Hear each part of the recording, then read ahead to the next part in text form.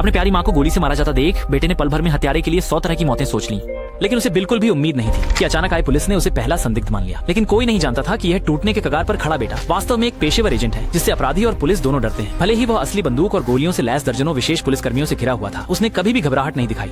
लेकिन जब उसे अपनी माँ की दर्दनाक मौत का चेहरा याद आया तो जेसन अपने गुस्से को और नहीं दबा सका। वह अपने तरीके से सभी हथियारों को सबसे भयानक सजा देने के लिए दृढ़ था। माँ की हत्या से 6 घंटे पहले उसकी कंप्यूटर स्क्रीन पर अचानक हार्ड ड्राइव में वायरस का चेतावनी संदेश आया, जिसमें कहा गया कि सभी डेटा 7 मिनट में पूरी तरह से खो जाएगा।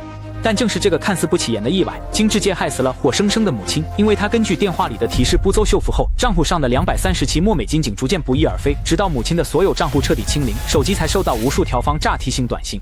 इस अचानक आए हादसे का सामना करते हुए माँ की मानसिक दुनिया पल भर में बिखर गई, क्योंकि उस पैसे में न केवल उनकी जीवन भर की बचत थी, बल्कि वह बच्चों की चैरिटी फंड भी शामिल था, जिसे वह प्रबंधित करती थी। तीव्र निराशा और अपराध बोध ने तुरंत उनके दिल में जगह बना ली। 6 घंटे बाद, उस समय जब उनके साथ केवल अंतहीन अंधेरा था, माँ ने अपनी दयनीय जीवन को समाप्त करने के लिए सबसे कठोर तरीका चुना।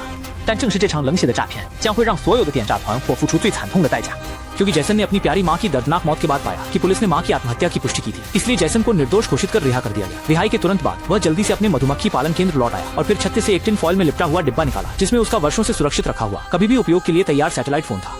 जब पूर्व संगठन ने संपर्क किया तो जैसन ने सीधे उसे अपनी माँ के जीवन की अंतिम फोन कॉल का नंबर बताया, ताकि वह पता लगा सके कि इस नंबर का मालिक कौन है। क्योंकि जैसन कभी विश्वास नहीं कर सका कि सुबह उसे रात को घर आकर खाना खाने की सलाह देने वाली उसकी माँ अचानक बिना किसी चेतावनी के बंदूक से आत्महत्या कर लेगी। बेहतर वीडियो प्रस्तुत करने के लिए मैंने विशेष रूप से घर में बेकार पड़े टैबलेट को बेच दिया और एक नया कंप्यूटर खरीदा। मैंने पाया कि हाल ही में जॉनजॉन ने गोपो के साथ मिलकर बड़ी रिसाइकलिंग सब्सिडी दी है। मैंने अपने उस iPad Pro को जॉनजॉन के माध्यम से घर से उठवाया और इसे 4500 से अधिक में बेचा। अब जॉनजॉन कई श्रेणियों में रिसाइकलिंग करता है, जैसे डिजिटल उत्पाद, घरेलू उपकरण और यहाँ तक कि सोना और लग्जरी सामान भी जॉनजॉन रिसाइकलिंग कर सकता है। कुल मिलाकर मैं सेकंड हैंड रिसाइकलिंग के लिए जॉनजॉन की सिफारिश करता हूँ। हालांकि जब जांच के नतीजे आए तो पता चला कि धोखाधड़ी गिरोह का अड्डा जेसन से केवल 40 किलोमीटर की दूरी पर था। बिना किसी हिचकिचाहट के जेसन गुस्से में बड़बड़ाते हुए धोखाधड़ी गिरोह की ओर बढ़ गया। उसने गेट पर खड़े 2 सुरक्षा गार्डों को गिरा दिया और फिर लगभग 100 किलो पेट्रोल के 2 ड्रम लेकर इमारत के अंदर चला गया। और इस समय धोखाधड़ी करने वाले लोग ये नहीं जानते थे कि मौत चुपचाप उनकी ओर बढ़ रही है।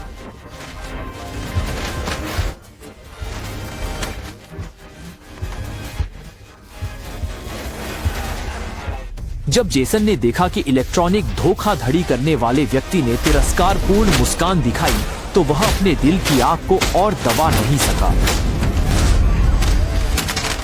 जब उन्होंने देखा कि उनके सहकर्मी की आंखें बुरी तरह से कुचल दी गई हैं, तब जाकर सभी को जेसन की कही बात याद आई। लेकिन जेसन ने इसे यही नहीं छोड़ा। उसने अभी लाए गए पेट्रोल को उठाया और सीधे उनके ऑफिस की मेज पर डाल दिया, क्योंकि केवल पूरी इलेक्ट्रॉनिक धोखाधड़ी की इमारत को आग लगाकर ही वे अकेले बुजुर्गों को धोखा न देने का वादा पूरा कर सकते थे। लेकिन इसी समय धोखाधड़ी करने वाली माँ का प्रबंधक गुस्से में बड़बड़ाते हुए आ गया। उसके साथ 4 प्रशिक्षित गुंडे थे जो जेसन का सिर धड़ से अलग करने की तैयारी में थे, लेकिन उन्होंने जेसन की ताकत को कम आंका और जेसन के बदले की दृढ़ता को भी। जेसन ने पास में रखे एक कार्यालय उपकरण को उठाया और गुंडों के कमजोर स्थानों पर निशाना साधकर हमला कर दिया।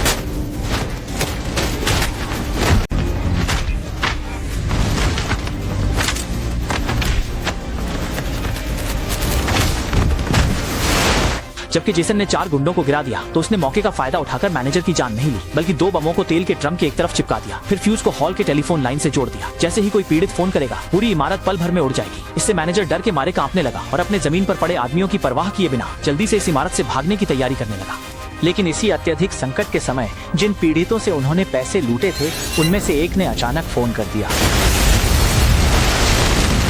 एक जोरदार धमाके के साथ 3 अरब की कीमत वाली इलेक्ट्रॉनिक धोखाधड़ी कंपनी पल भर में बिखर गई और जेसन ने सीधे मैनेजर को खत्म नहीं किया। इसका कारण था एक और भी क्रूर पागल बदला योजना को अंजाम देना, क्योंकि संगठन की जांच के परिणाम आने के बाद ये पता चला कि धोखाधड़ी गिरोह के लगभग 1000 धोखाधड़ी के अड्डे हैं जो मकड़ी के जाले की तरह दुनिया भर में फैले हुए हैं। इसलिए केवल जीवित बचे हुए शाखा प्रबंधक का उपयोग करके ही असली मुंह होसाओ कोंगजे को बाहर लाया जा सकता है। लेकिन जेसन ने कभी नहीं सोचा था कि इलेक्ट्रॉनिक धोखाधड़ी गिरोह की ताकत उसकी कल्पना से कहीं अधिक थी, क्योंकि केवल 2 घंटे के बाद मौत से बच निकले मैनेजर ने पर्दे के पीछे के बड़े आदमी के निर्देश पर जेसन के लंबे समय से देखभाल किए जा रहे मधुमक्खी पालन केंद्र को ढूंढ लिया और देखा कि वे दोनों शॉटगन लेकर चुपचाप जेसन के 6 मधुमक्खी के बक्सों की ओर निशाना साध रहे थे।